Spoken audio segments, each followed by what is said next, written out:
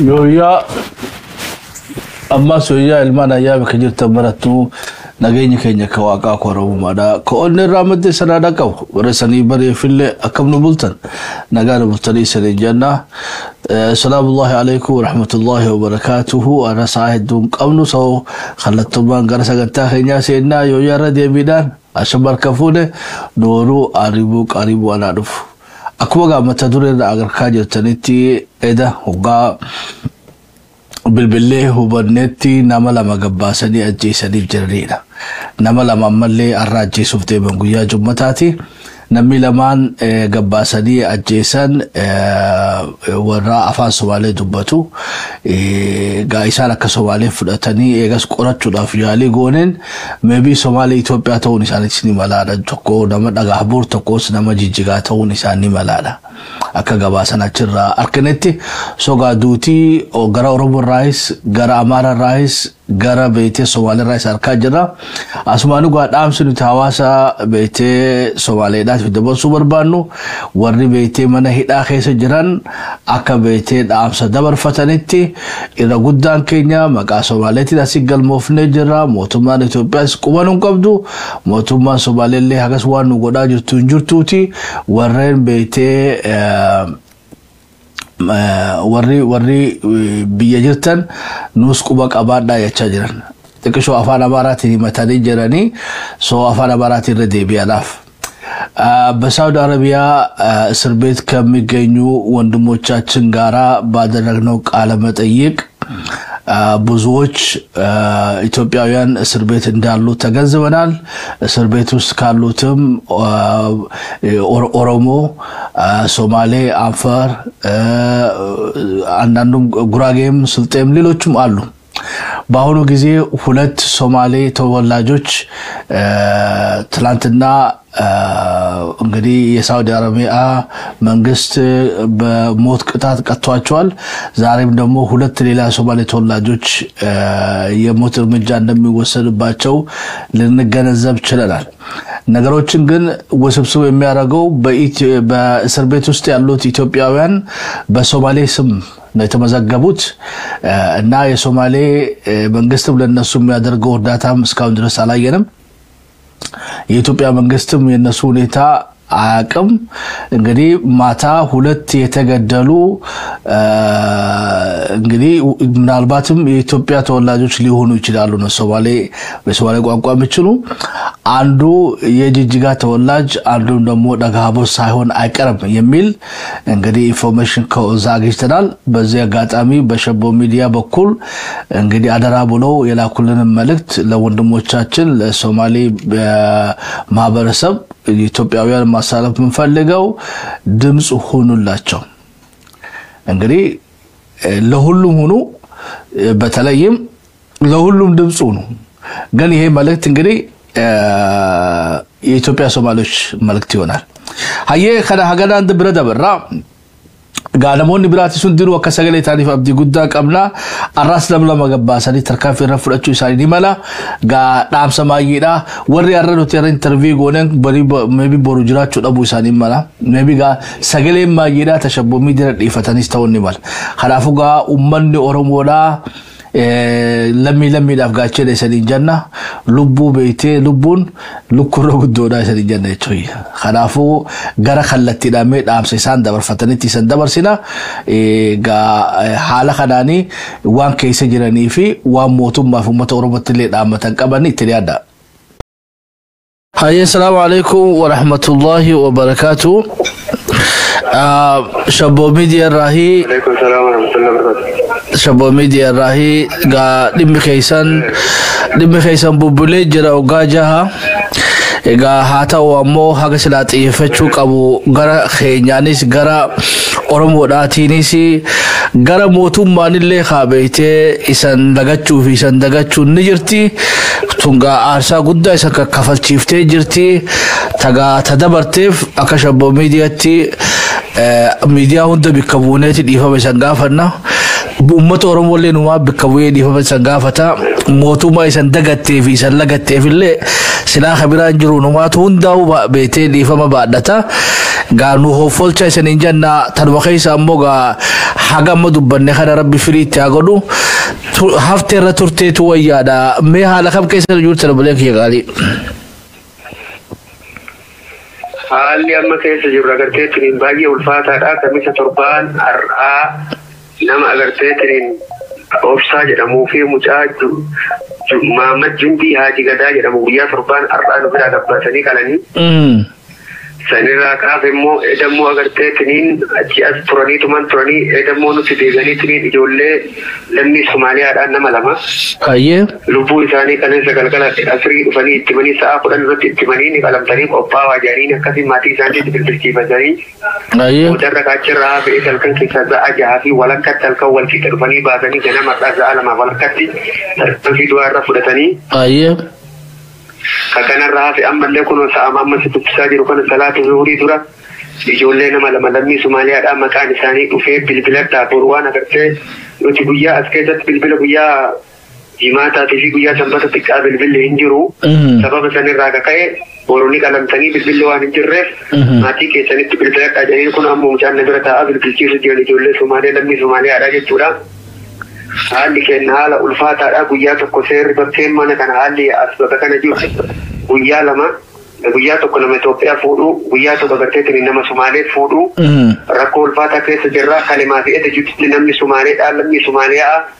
katayaan agarte Somaalee Maqdishoodhaa katayaan namni lama lubbuun isaanii badee jira jechuun ammoo kun nama lama qophiirra jira kana gaaboru guyyaa jimaataa tarkaanfii akka irra fudhatantu himamee jira maatii isaanii dubbisuu jiru dhaammachuu jiranii.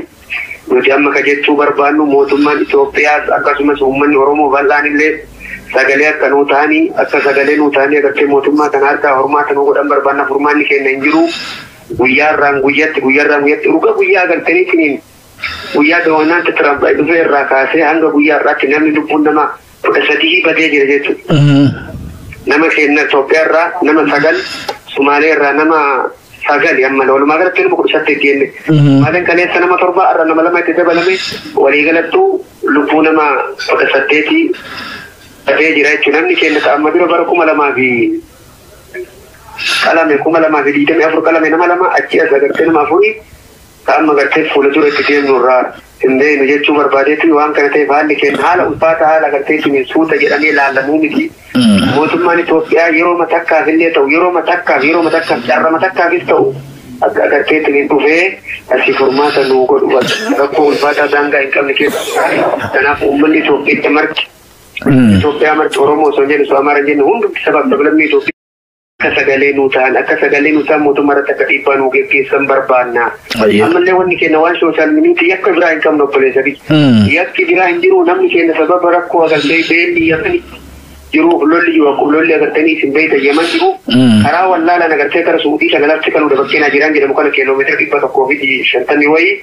karama san deemu Yamaniin immoo agartee baala sammuu nama adoochu karaa san daddabarsiti erga daddabarsiti waraanni biyya kana dhukaasetti bane nayqee baddii gargaarchaasee baddii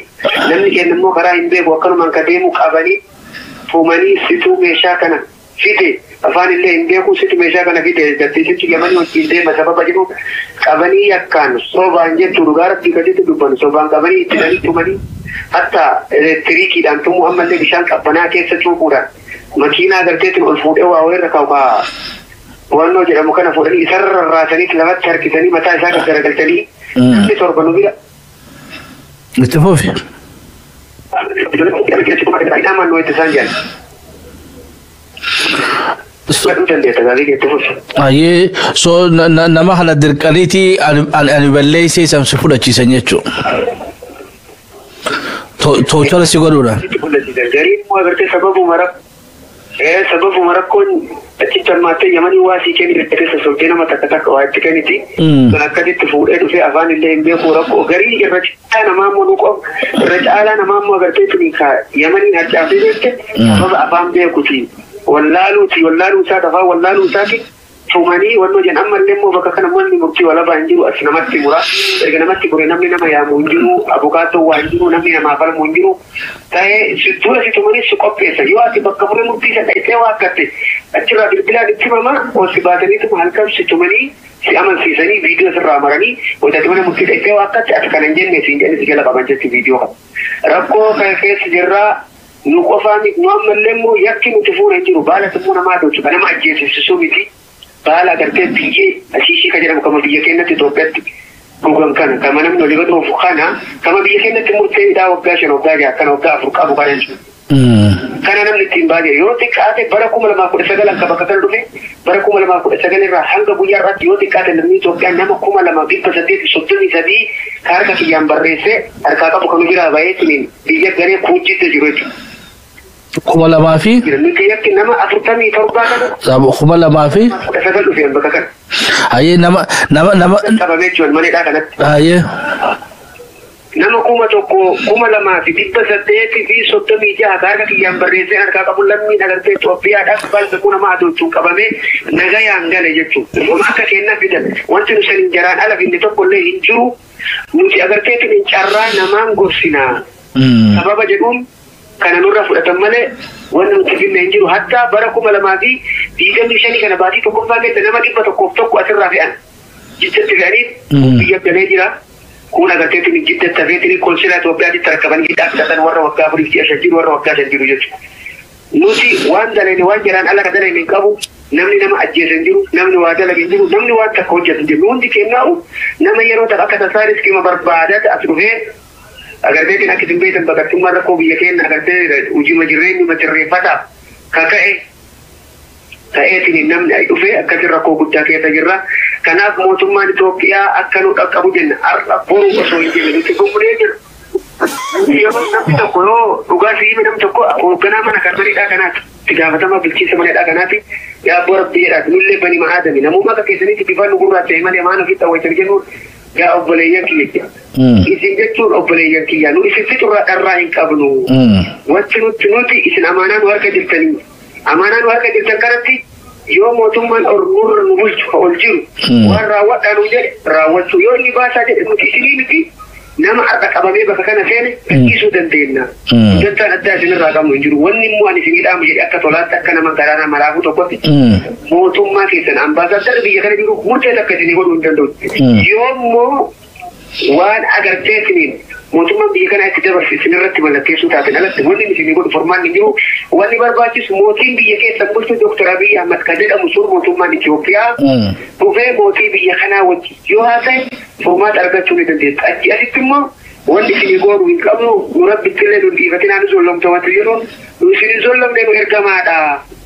Nu seera jala jirra nu mootii biyyaan nu ajajaa kana nuun jedhan jechuudha. Meegaa rakkoo kenna rakkoo ulfaataa daangaa hin qabne edaa fi amma jedhu. Hayyee fixadhu hayyee edaa fi amma jidduu. Hayyee. Edaa fi amma kunoo namni lama qophaa'ee gabba'uudhaaf asirii kana booda tayaa galgala tayaa sa'a gabbaasan ba'e bilbilachuu jiran namni lama eda qalamee nama har'aa qalamee eda gabba'ee ijoollee lammii Somaaliyaadhaa nama lama. Har'allee nama lamachi nama 4 ijoollee Somaaliyaadha. Hayyee.